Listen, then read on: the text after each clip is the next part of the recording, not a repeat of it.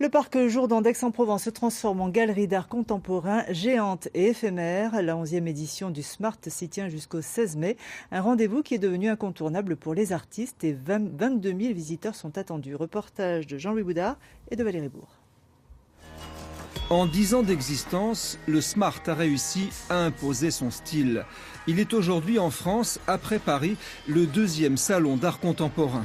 Pendant 5 jours, le Smart accueille quelques 200 artistes, plasticiens, peintres et sculpteurs.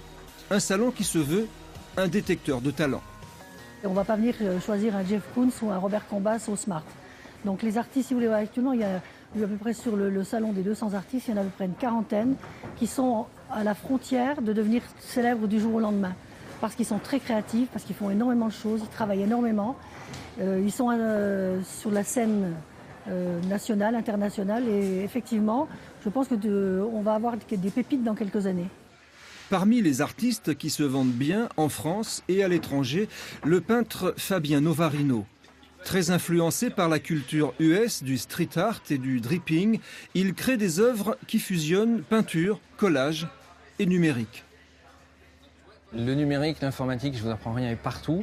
Et la révolution artistique donc, a été touchée par l'Internet, toute la production post-Internet. Et c'est ce nouvel outil, qui est d'une puissance absolument extraordinaire, a apporté un nouveau langage, des possibilités absolument extraordinaires.